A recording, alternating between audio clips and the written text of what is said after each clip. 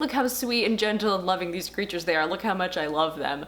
Should we talk about how I kill them too? As you can tell from the title and the thumbnail, today we're going to be discussing Jeffree Star's Yak Ranch and just going into some of the controversies surrounding it. I had sort of heard about it peripherally, and when I learned more about it, I was like, this just seems a little too dark. It seems like the type of topic that kind of like makes my stomach turn and is just very upsetting to talk about. But the more I learned about it, the more I thought that this was actually a pretty appropriate topic for my channel, given the themes that I talk about on here, you know, animal exploitation, cognitive dissonance, and the way animals are sort of portrayed and discussed in media. So like I said, I'm going to be discussing Jeffree Star's Yak Ranch, specifically through the lens of the video that he himself posted about it on June 6th.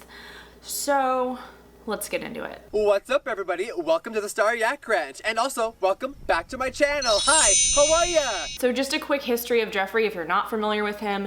He's one of the first big YouTubers, still is one of the biggest YouTubers. He has 16 million subscribers on YouTube alone. He's also been a singer in the past, and he's pretty well known for starting a cosmetics brand in 2014 that I think has done very well. Jeffree Star Cosmetics is a big thing that he's known for, a big source of his income. He has had a lot of controversies in the past. He even jokes in the video about how he's been canceled 10 times or something like that. I'm not going to go into all of those controversies. I'm sure there's plenty of channels that have done videos on his past controversies that you can look into. I remember a few years ago hearing about how he had moved to Wyoming, which at the time, a lot of very wealthy people were doing. I think this was around the time Kanye West moved to Wyoming, as Wyoming is considered a tax haven. The taxes are very low. So, you know, it's just a really good place for extremely wealthy people to live. And I had heard something about yaks or yak meat, but again, I tried not to pay too much attention to it because I thought it might be upsetting. Then I saw this Instagram post, which I will link below, but it was like a carousel post of a bunch of different videos of Jeffree talking about his yak farm. I was pretty horrified by what I saw in the clips, and reading the comments, a lot of other people were also horrified by it, and I'm gonna go into like the comments and the reaction to the video a little later. And then I realized that all of these clips had come from a YouTube video that Jeffree himself had posted, and that's the video we're going to be talking about. It's called The Truth About the Yak Ranch. I really didn't know much about yaks before watching this video, but they are a long-haired domestic cattle that originated in the Himalayas, kind of closely related to cows and bison, so they sort of have resemblance to both of those animals. I'm going to discuss things in order of how they're presented in the video. It's a little all over the place, and you will see that. So the video starts with Jeffree outside the gates of his Yak Ranch in Wyoming. Basically, he says, there's been a lot of talk, there's been a lot of questions about my yak ranch, and I want to clear the air. He talks about himself a lot in the third person. He's like, Jeffree Star this and Jeffree Star that. There's a lot of kind of self-mythologizing and sort of talking about himself as this like villain that needs to be defended, kind of. So he talks about the land that he started off with and how he's acquired a ton more land, and how the yaks just kind of free roam and how much better it is than factory farming. So right here is the first point I wanted to get into, which is the issue of land inefficiency. Farmers and, you know, people who defend animal agriculture love talking about how, you know, free roaming cattle is so great and it's so much better than factory farming, and using free roaming agriculture as a defense of animal agriculture and of the meat industry. And the issue with this is, of course, that it's a very inefficient use of land. Factory farming didn't just come out of nowhere for no reason. It was developed as a solution to the issue of an increased consumer demand for meat and the meat industry not being able to meet that demand. So the one thing you can say sort of in defense of factory farming is that it's a more efficient use of land than just like free roaming cattle. If we were to try to continue to meet the demand for meat but shift completely away from factory farming, we would not have nearly enough land in the world for that. And so this type of narrative that Jeffree is trying to create of how much better this type of farming is than factory farming. While it's, I think objectively true that it is a better type of farming, it's just totally unrealistic for the current demand for meat in the world. Jeffree says that there are a few ranch hands, but that it's mostly him and his best friend who do all of the work. Now, he also says that he has over 120 yaks. For Jeffree Star to claim that it's just him and his best friend taking care of 120 yaks with the help of, a few farmhands here and there is just completely laughable. And I think we can say that this is pretty much a bold-faced lie. These large farm animals require such an incredible amount of work and upkeep and maintenance. And, sure, they're free roaming and free grazing. So hypothetically, you're not having to feed them every single day in the same way you would animals that are living in a barn. But it's very unrealistic to me that he's doing most of the work on the farm. I've spent a lot of time at a sanctuary called JP Farm Animal Sanctuary, and I'm friends with the people who run it. The amount of work that goes into just daily operations of this sanctuary, where there are somewhere around 15 animals, is insane. It's a full-time job for everyone involved, plus they have volunteers, they have employees that come in from the outside. The amount of work that it would take to run a 120 animal yak farm is an extraordinary amount of work. And then a lot of the comments in the Instagram post that we're going to discuss later were pointing out Jeffree's nails. They're like probably at least 2 inches, and so to think that Jeffree is doing hard farm labor with those nails, maybe he just put them on for this video, but very unlikely. So Jeffree also talks about how he loves being surrounded by animals, how he has 8 Pomeranians. He picks one up and he's sort of fawning over her. And, we have, I think here, the first instance of cognitive dissonance. This is, I think, the most common form of cognitive dissonance in the West, is deeming certain animals worthy of love and affection and deeming others as just commodities. It's not surprising for him to be like, I just love dogs, and by the way, they're all designer dogs. So he's already trying to paint this narrative that he loves animals, and that's leading us into the reason for his yak farm. So then we meet his yaks. Again, like I said, he says he has over 120. He introduces us to a yak named Himalayan Chocolate. It's very notable that he names these animals because he's recognizing them as individuals that deserve to be seen as such. I think it does seem like he's done a lot of research on these animals, and that's one thing that I can say positively for him, is that a lot of people acquire animals, even if they're just, pet dogs and cats, without really knowing much about the animals and their needs and whatnot, and he does seem to know a lot about them. He also talks about brushing them. He sort of demonstrates how he brushes them. He says that he loves petting and brushing them because of the bonding, and he wants them to know that they're getting love. It does seem like he sells their fiber, or definitely has plans to sell the fiber, aka their hair or fur. He talks about how the fiber on the neck is the most valuable because it's softer than cashmere. Here we have our first example of animal exploitation, him talking about making money off of the animals. What's really interesting is I wanted to look up the definition of exploitation in this video because I talk about animal exploitation a lot, and I thought let's look at what that actually means.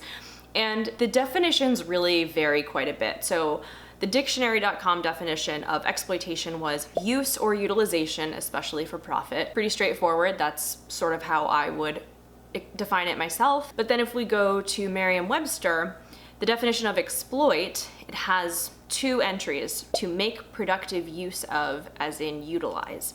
The second definition is to make use of meanly or unfairly for one's own advantage. I thought that was interesting that in these 2 definitions on Merriam-Webster, one is sort of more of a positive spin and one is more of a sinister spin. I think of animal exploitation always as being sinister because anytime you have someone making money off of an animal or a human, there is potential for exploitation, especially when it's non-consensual exploitation, right? Like the animal never agreed to this or signed up for it and is not really benefiting from it in any meaningful way. So Jeffree is giving the yak a massage, and the yak sort of falls asleep or gets really relaxed, and it seems to be this really loving and sweet moment.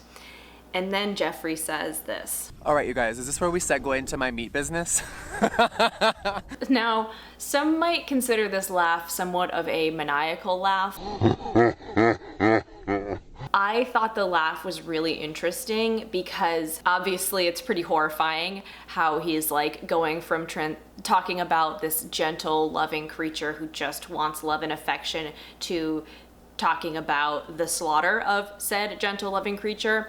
And I think his laugh in this instance was sort of an acknowledgement of how ridiculous it all sounds. Like, he wouldn't admit that that's why he was laughing, but yeah, to me it seemed like a recognition on his part of his own cognitive dissonance. Look how sweet and gentle and loving these creatures they are. Look how much I love them. Should we talk about how I kill them too? And we do indeed at this point transition into Jeffree talking about his yak meat business. So going into a little bit of history here. Now, I wasn't aware of this again because I don't follow him on any social platforms, but within the last year, he has posted a lot about his yak farm and how he has these pet yaks, and he kept getting more and more, and he would always post about them in the way that they were like his pets that he loved. Then at some point in the last year, he also applied for a few different trademarks, and one of them was in the category of butchering and selling meat under his Star Yak Farm name. And so then that's when everybody freaked out and was like, what the fuck? You're selling your yaks for meat. I recently trademarked Star Yak Ranch in every single category that you could do for raising animals. It doesn't mean I'm doing any of those things. It just means I don't want anyone to be able to take my trademark in those categories, which people have done before. So I guess a few stragglers are trying to spin up a fake story that I'm doing this and I'm doing that. Y'all, relax. When I'm laying on a yak and I name them, nothing's happening to them except brushing them, loving them, and feeding them. Anything else that y'all making up in your head, it's not real. So you silly hoes making up rumors, please take this soundbite and correct yourself. And then indeed it came out that he was selling them for meat, so that's where a lot of the outrage came from. In this video, Jeffree says there was a lot of misconception when he announced he was selling meat, that he was going to be selling his pets that he's been spending the last year with. And he clarifies like, no, that's not the case. Like, of course not. But again, doesn't really explain it. We will get there though. He talks about how people have a lot of misconceptions about where meat comes from. And he says, you know, a lot of people think that meat just comes from the grocery store. And I agree that people are very disconnected from where their meat comes from. You know, people buy meat in these neat little packages in the grocery store, and it's so far removed from any of the process that happens in order to get that meat there. He says, you know, I know that people were perturbed when they found out that I was raising yaks for pets and also for meat. I just want to acknowledge the absurdity of that phrase though, the first part. It would be really weird if someone was like, I'm raising golden retrievers for pets, and had like 5 and then just like kept breeding and then had a farm of like 120 golden retrievers and was like, these are just my pets. Like, that would be a little wacky. It's one thing if he got like a couple yaks and he liked spending time with them and he just had a few pets, or if he, you know, rescued them or adopted them or something like that. But he was actively breeding yaks over the last year and claiming the entire time that it was just so he could have more and more pets. He then goes on this kind of bizarre ad, is the best word I could say for it, for yak meat and how it's the superior meat in a lot of ways. And he's just basically sort of justifying his decision to do this, and it's a little all over the place. He then acknowledges, because this was a big part of the outcry about this. So yes, I do sell a vegan cosmetics brand, and I'm like, you guys, that has nothing to do with my Yak Ranch. Exactly. Your vegan cosmetics brand has nothing to do with your Yak Ranch. They're two completely different and contrary types of businesses. You're essentially cashing in on the no animals were harmed promise while now harming animals. It makes it seem like he doesn't stand for anything, and like both businesses are just huge cash grabs. He then says this, which is just very comical. But I get it, it's Jeffree Star. People love to make everything into something that it's not, and I've just been keeping to myself for a few years, so I know the girls wanted to get excited. I thought he was going to have a moment of self-reflection and be like, but I get it. One thing's vegan, the other thing is butchering animals. I get why people are outraged. But instead he's like, I get it. People are only outraged because it's me, and people are outraged by everything I do. Like, you're completely missing the point. But if he did have a moment of self-reflection like that, it would require him to acknowledge his own hypocrisy, and of course, he's not going to do that. So then he is referring to the yak and he says, this animal, you can use it all aspects. He says you can ride it up the mountain, you can saddle train it, you can use it for food, you can use its skull and its horns. The word that stood out to me here was use. You're using the animal to benefit you. He then tells us that he tried yak meat for the first time on Christmas and really enjoyed it. And again, just something so horrifying to me thinking about that. These animals that you've been loving on and fawning over and bonding with for a year, you like presumably killed one of them and ate it on Christmas, and then we're like, this is actually really good, and was like cha-ching, like dollar signs in his eyes. That's how I imagine it, at least. So then Jeffree clarifies how this whole operation works. Essentially, he has the yaks completely separated into the ones that he thinks of as his pets and the ones that he's using for food. He says that all the yaks he's raising for food are in the back pasture. He claims they're still getting love and care, but they're not being named or halter trained, as opposed to the yaks that he considers his pets. I mean, there's literally a line on his property that's like, friends over here, food over here. He said he started out with 5 yaks and then became obsessed and wanted way more, and he just knew he wanted to be a yak rancher. And my question here was, why? So let's dive into this why a little more. A lot of people in the comments of the Instagram post were mentioning farm tax credits. This is where I have to give a disclaimer that I'm not a financial or a tax or a real estate expert, but I have tried to educate myself on this a little bit to understand the broad strokes. Wyoming has no income tax, no estate or inheritance tax, a low sales tax, and a low property tax. The average property tax is $635 per $100,000 in home value. So that is very, very low, especially compared to where I live in the Northeast. And when you have a lot of land, you have to pay taxes on it. Jeffree said in the video that he has 600 acres of land, but you get a significant tax break if your land is being used for agricultural purposes. Having pet yaks does not count as that, but utilizing yaks for their meat would count as that. In this AP article I read, this family was saving about $100,000 a year on taxes through having some livestock, and this family had 120 acres of land. So if you multiply that by 5, to get Jeffree's acreage, he could be saving somewhere around $500,000 a year. That's just an estimate, very rough estimate. He's potentially saving a lot of money is the point. Property taxes in Wyoming are typically predicated on the estimated value of the land itself, but when a tract is in agriculture, the valuation is instead based on the land's output. So the bill reflects the value of livestock sent to slaughter or crops sold at commodity prices. So in Jeffree's case, the market value of his land is likely way higher than what his agricultural output is. Additionally, the agricultural output is taxed at a very low rate. So you're getting like double benefits, right? You're getting the benefit of not having to pay taxes on your land, and then you're also getting the benefit that whatever you're outputting is getting taxed at a very low rate. And this is just the reality of the United States. Our government heavily financially rewards people for exploiting animals. I will also point out though that you can do this with crops. It doesn't have to be animals. So in one article I read, a man had a hay operation and that's how he was getting the tax break. I guess Star Hay Ranch just doesn't have quite the same ring. So if Jeffree's whole explanation in the video seems very circuitous to you, this is why. You know, the way he's explaining it, it doesn't really make sense, but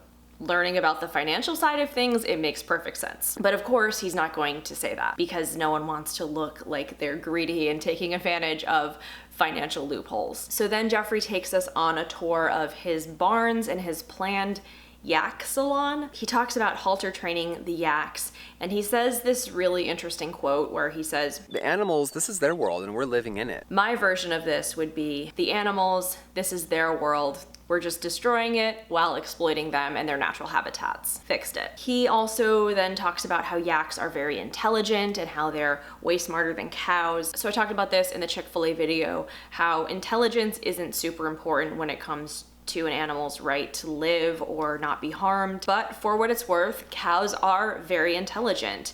And if yaks are even more intelligent than cows, that tells us a lot about their relationship to being exploited. Like, they know what's happening to them, they understand it, especially when they're going to slaughter. And that's obviously very sad to think about, especially someone knowingly being a part of that and being very flippant about it. So then Jeffree talks about the ear tags on a lot of the yaks and explains how just because they have an ear tag, it doesn't necessarily mean they're going to get slaughtered. He claims it's more of a registry where you can go online and see more info about a yak. I don't know a ton about the ins and outs of animal agriculture, but all livestock have ear tags. I'm pretty sure they're all registered, and that's the whole point of it. He's making it seem like it's so that you can see their lineage and have record of these beautiful creatures, sort of like an ancestry.com for yaks, but really I'm like, no, it's just a way of keeping track of property. So then he says, don't worry, these pink tags don't mean we're going to slaughter our beloved animals.